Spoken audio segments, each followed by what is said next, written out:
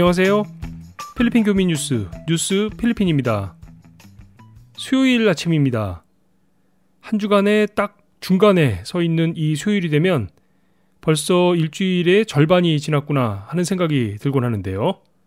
저는 개인적으로 그렇습니다만 아마도 아직도 일주일이 절반이나 남았네 하시는 분들도 계시겠죠.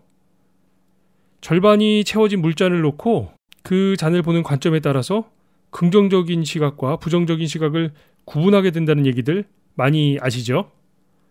오늘 수요일을 맞이하면서 여러분들의 생각은 어떠신지 모르겠네요.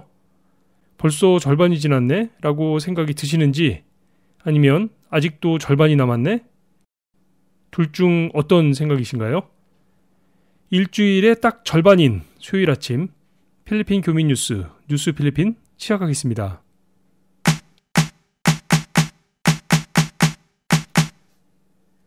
먼저 살펴볼 소식은 기름값 인상 소식입니다.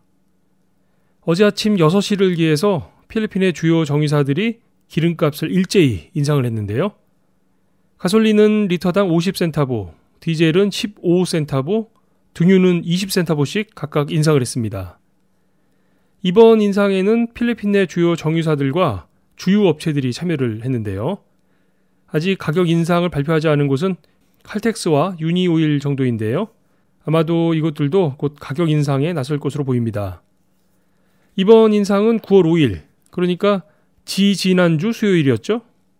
그때 리터당 95센타보씩 인상이 되었다고 전해드렸었는데 불과 2주 만에 다시 이렇게 인상이 되었습니다. 업체에서 밝힌 인상 이유는 크게 세 가지인데요. 일단 국제 유가 자체가 인상이 되었습니다. 브렌트유 경우에는 배럴당 79달러까지 인상이 되었기 때문에 원가가 인상이 되었다는 것이 이번 유가 인상의 원인이 되었다는 설명입니다. 두 번째는 예상하시는 바와 같이 페소화의 평가 절하를 꼽고 있는데요. 원유를 수입해야 하는 필리핀의 상황상 1달러어치의 기름을 사와도 예전에 비해서 더 많은 페소를 내야 하는 상황이 된 거죠. 바로 이게 어제 전해드렸던 페소화 가치의 하락이 가져온 결과일 텐데요. 이렇게 환율에 문제가 생기게 되면 외국에서 수입을 해야 하는 물품들의 가격이 오르게 되는 것이 당연하겠죠. 문제는 모든 산업의 근간이 되는 기름값 인상이 가져올 여파일 텐데요. 기름값이 오르게 되면 공산품 가격과 공공요금이 모두 오르게 되고 결국 소비자 물가도 함께 오르게 되는 상황이 됩니다. 마지막으로 지적하고 있는 기름값 인상 요인은 지난 주말에 불어닥친 미국 동부의 태풍 때문이라는 건데요. 이 부분은 사실 좀 이해가 어려운 부분이 있습니다. 지난 주말 미국 동부의 태풍으로 원유 생산에 차질이 생겨서 유가가 인상이 되었다는 건데요. 주말에 태풍이 불고 3일 만에 이게 태평양 건너 필리핀 가솔린 가격에 영향을 주었다는 건 납득하기 쉽지 않은 부분인 것 같습니다.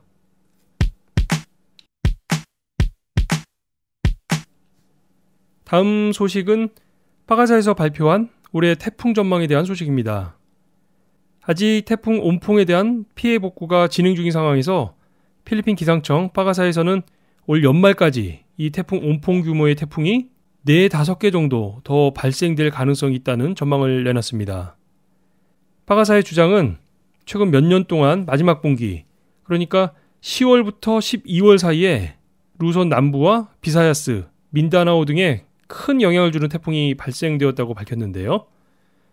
9월에는 루손 중북부를 관통하는 태풍이 발생하곤 하는데 이번에 큰 피해를 줬던 태풍 옴퐁이 바로 그런 데이터를 잘 보여주는 예라고 설명하고 있습니다.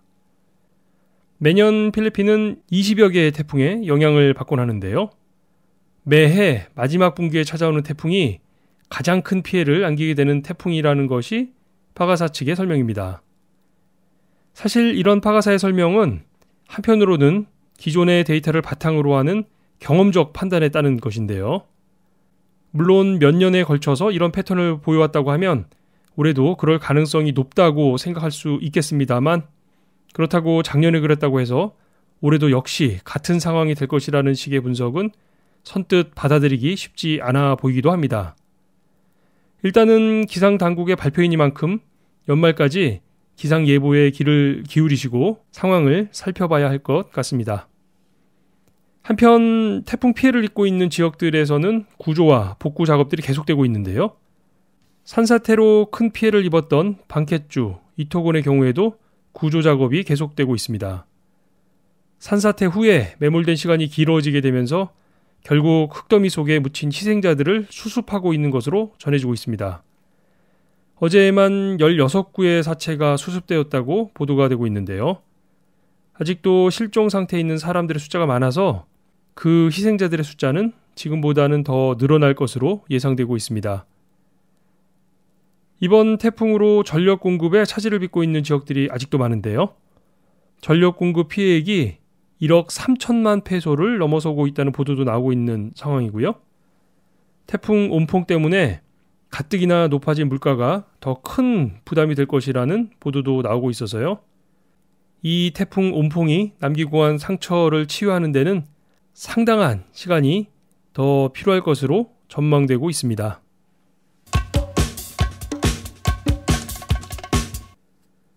마지막 뉴스는요. 불라칸으로 가보겠습니다. 내년 초부터 불라칸에 마닐라 제2공항 건설이 시작될 것으로 보입니다. 정부가 산무게일이 제안한 불라칸 공항 건설안을 추진하기로 한 건데요. 연말까지 최종 계약과 승인이 이루어질 경우 바로 내년 초부터 공사가 진행될 예정입니다. 공사를 마치게 되면 이 불라칸 공항은 기존의 마닐라 나이아 공항과 함께 필리핀의 메인 공항으로 활용이 될 예정인데요. 2,500헥타르 규모의 활주로만 6개를 갖출 것으로 전해지고 있어서 연간 100만 명의 승객들이 이 공항을 이용하게 될 것으로 보입니다. 제2공항 건설 계획은 지난 2014년 아키노 대통령 시절에 이미 계획이 되어 있었던 내용이었죠. 당시 아키노 대통령은 민간 자본의 공항 건설 참여에 우려를 나타내면서 이 계획이 현재까지 미뤄져 왔었던 건데요. 지난달 나이아 공항 활주로에서 있었던 중국 항공사 사고 이후에 제2공항 건설에 대한 요구가 높아지면서 이 계획이 급물살을 타게 되는 것 같습니다. 이 공항 건설을 맡게 될 산미겔 코퍼레이션은 약 7천억 페소를 들여서 이 프로젝트를 수행하게 될 예정인데요. 공사 완료 후 50년간 산미겔 코퍼레이션 SMC가 공항 운영권을 갖게 됩니다. 민자로 건설되는 사회 인프라에 대해서 그 업체에게 운영권을 주게 되는 것은 사실 당연한 일일 텐데요. 이렇게 민자로 건설이 되고 운영이 되다 보면 공항 이용 요금이 오르게 될 수 있다는 점은 이용객의 입장에서는 우려가 되는 부분이기도 합니다. 현재 수용 능력을 초과해서 운영 중인 나이아 공항의 문제를 새로운 공항 건설로 해결하려는 필리핀 정부의 계획이 그 목표대로 시행이 될지 기대를 가지고 지켜보도록 하겠습니다.